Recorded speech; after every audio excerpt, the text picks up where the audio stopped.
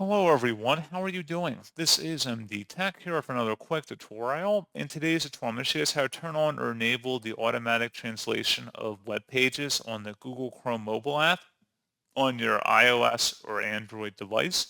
So this should hopefully be a pretty straightforward process here, guys. And without further ado, let's go ahead and jump right into it. So all you have to do is select the three-dotted icon in the top right corner of the Chrome browser and select the Settings gear button.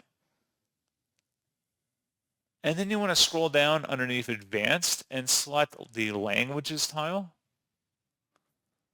And then underneath at the bottom where it says Offer to send pages in other languages to Google Translate, toggle that on or off depending on your preference by clicking inside that oval one time. If it's toggled to the right, it means it's turned on. If it's toggled to the left, it means it's not active.